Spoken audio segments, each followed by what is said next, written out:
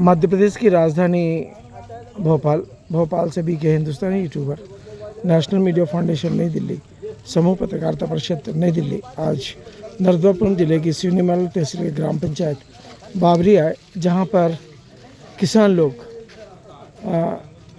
इन पशुओं से परेशान हैं। चूँकि फसलें बीज बो दिए गए हैं, अब ये पशु सड़कों पर घूम रहे हैं और इनके सड़कों से घूमने के कारण जैसे सुनसान होता है गांव, वैसे ये सभी पशु खेतों में चले जाते हैं और खेतों में जाने के बाद में यह चूँकि अभी बीज को डाला गया है,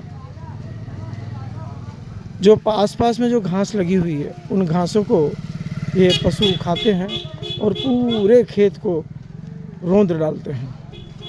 मध्य प्रदेश सरकार से और केंद्र सरकार से हम उम्मीद करते हैं कि किसानों की इन परेशानियों को ध्यान में देते हुए बाबरी घाट में एक गौशाला का निर्माण किया जाए, जिससे कि इन गौ माताओं की सेवाओं को प्राथमिकता दी जाए। चूँकि ये सभी गौ माताएँ जब खेत में जाती हैं तो किसानों का बहुत नुकसान करती हैं। किसान उन नुकसानों को बचाने के लिए इन गौ माताओं को मोटरसाइकिल से दौड़ाते हुए वहाँ तक लेके आते हैं जहाँ तक पहुँचाया जा सके। मैं वरिष्ठ पत्रकार बीके हिंदुस्तानी मध्य प्रदेश के मुख्यमंत्री डॉक्टर मोहन यादव से निवेदन करता हूँ कि वे इन गौ माताओं के लिए बाबरी में अभी तक ऐसा पता लगा कि 135 एकड़ ज़मीन पारदियों के पास में कब्जे में है सरकारी, क्यों ना उन ज़मीन का उपयोग इन गौ माताओं की सेवाओं में किया जाए। निश्चित रूप से हमारी इस मांग को डॉक्टर मोहन यादव, चूँकि वे भी गौ माता से जुड़े हुए हैं, वो प्रदेश के हमारे मुख्यमंत्री हैं, उम्मीद करते हैं कि वे इस परेशानी को अपने स्तर पर ग्राम बाबरी को देने का प्रयास करेंगे। मैं वरिष्ठ पत्रकार बीके हिंदुस्तानी समय समय पर गांव की समस्याओं को और प्रदेश की समस्याओं को और देश की समस्याओं के अपने चैनल के माध्यम से दिखाने का प्रयास करता हूं। इससे पहले हमने गुवाहाटी की समस्याओं को दिखाया, उसके बाद हमने महाराष्ट्र नागपुर की समस्याओं को दिखाया और उससे पहले हमने शिमला की समस्याओं को दिखाया। और हमारा ये प्रयास है कि पारदर्शिता को ध्यान में रखते हुए, जैसे कांच में चेहरा अपना ही दिखता है, हम भी चाहते हैं कि हमारे चैनल के माध्यम से मध्य प्रदेश सरकार के मुख्यमंत्री डॉक्टर मोहन यादव को और देश के प्रधानमंत्री नरेंद्र मोदी जी को यह स्थिति अपने चैनल के माध्यम से दिखाने का प्रयास करें। मां नर्मदा का यह पवित्र मंदिर, नवनिर्मित मंदिर, बाजू में ही शंकर भगवान का यह पवित्र अमृत नव निर्मित मंदिर, जहाँ पर नित्य प्रति ओम प्रकाश गुरु जी द्वारा पूजा अर्चना की जाती है और गांव की छोटी छोटी नन्ही मुन्नी बच्चियाँ और गांव के महिलाएं पुरुष नियमित यहाँ पर आरती का आनंद लेते हैं। नर्मदा मंदिर एवं शंकर मंदिर और सामने ही केला देवी माता जी का मंदिर है, उसके बाजू में ही गौरी गणेश जी का है और उसके पास में ही पंचमुखी हनुमान जी का है और बाजू में ही शंकर भगवान का है। सभी जगह गांव के धर्म प्रेमी लोग नियमित पूजा अर्चना करते हैं, जल चढ़ाते हैं और ईश्वर की आराधना करते हैं। मैं वरिष्ठ पत्रकार बीके हिंदुस्तानी मां नर्मदा के पावन तट दक्षिण तट से यह आपको विशेष जानकारी देने का प्रयास कर रहा हूँ। ये जो सामने आपको मां नर्मदा के दर्शन हो रहे हैं, वह मां नर्मदा का दक्षिण घाट है, जिला होशंगाबाद नर्मदापुरम में है, तहसील सिवनी मालवा, थाना शिवपुर के अंतर्गत आता है।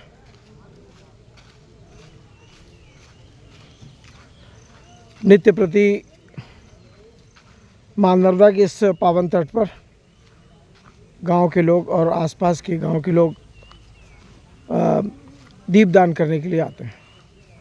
पास में ही रामधाम आश्रम जो रामसोराम महाराज जी का, जो कि यदुवंशी समाज से नाता रखते हैं।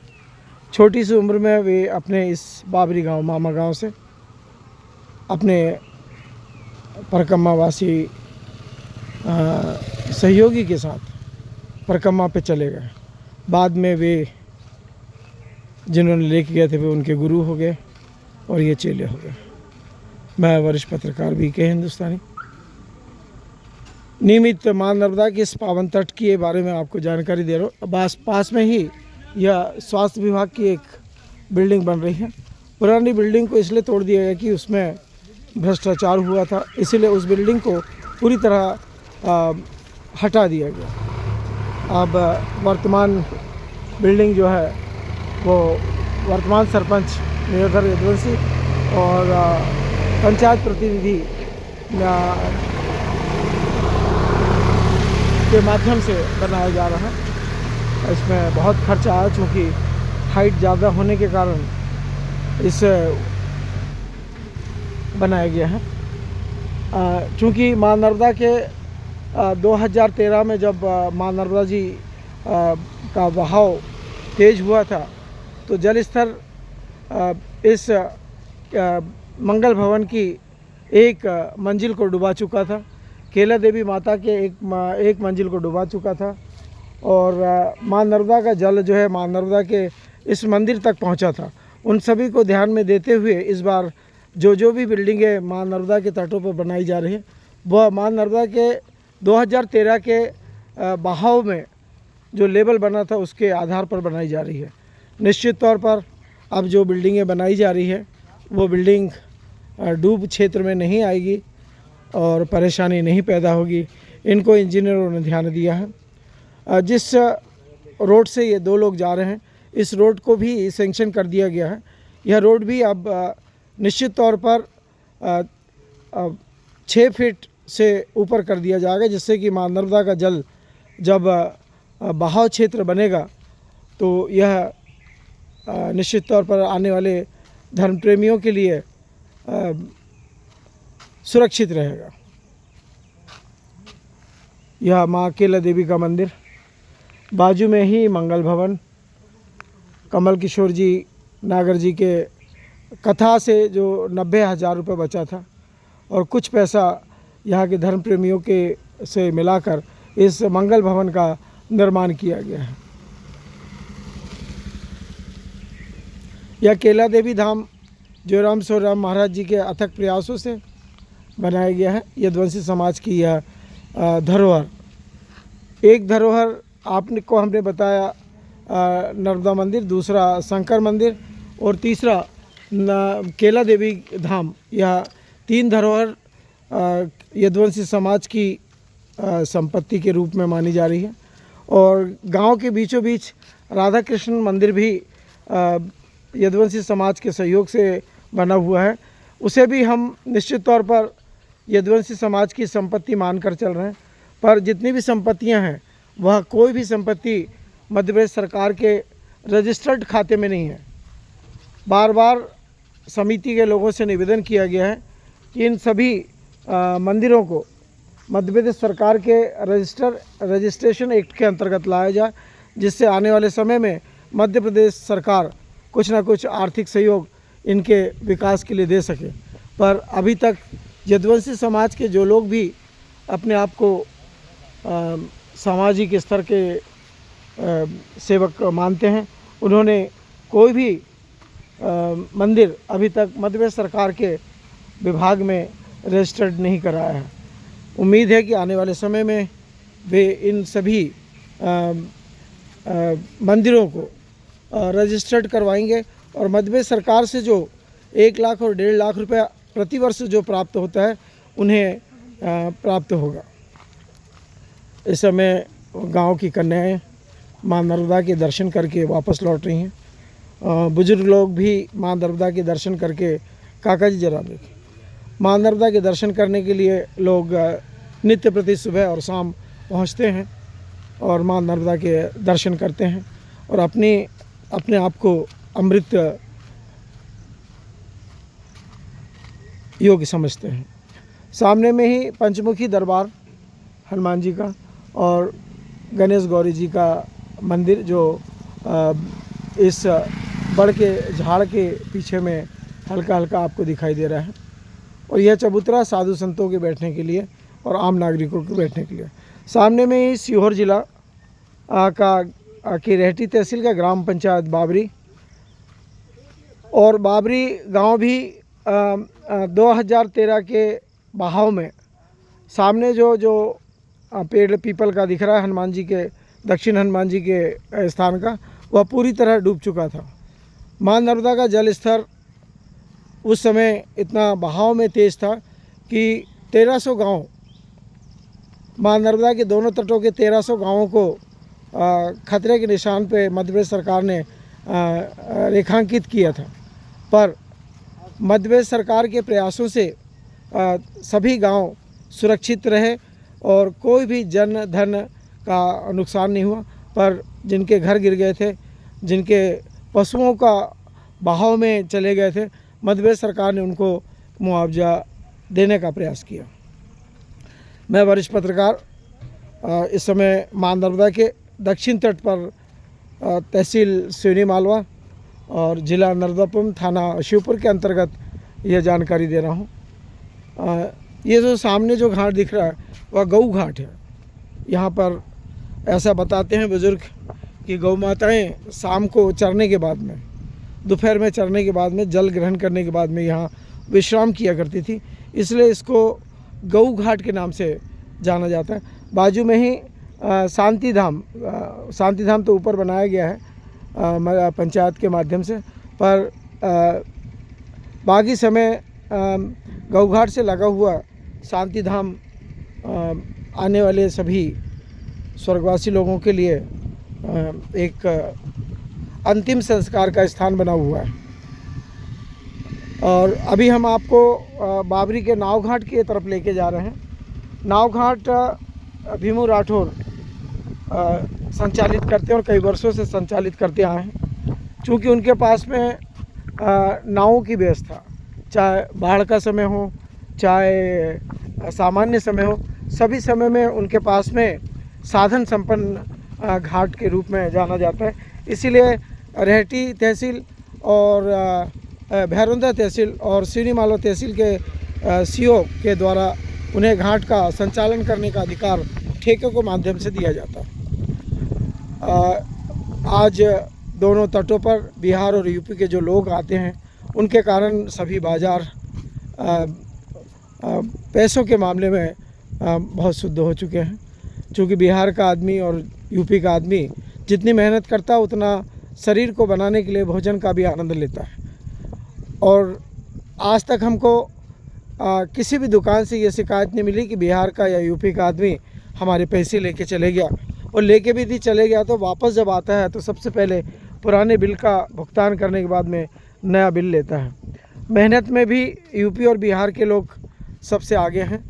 चाहे धूप हो, चाहे बारिश हो, चाहे मां नर्मदा का बहाव हो, सभी में वे मेहनत करते हैं और बहुत ही जिनके अधिकार क्षेत्र में काम करते हैं उनको संपन्न बना देते हैं।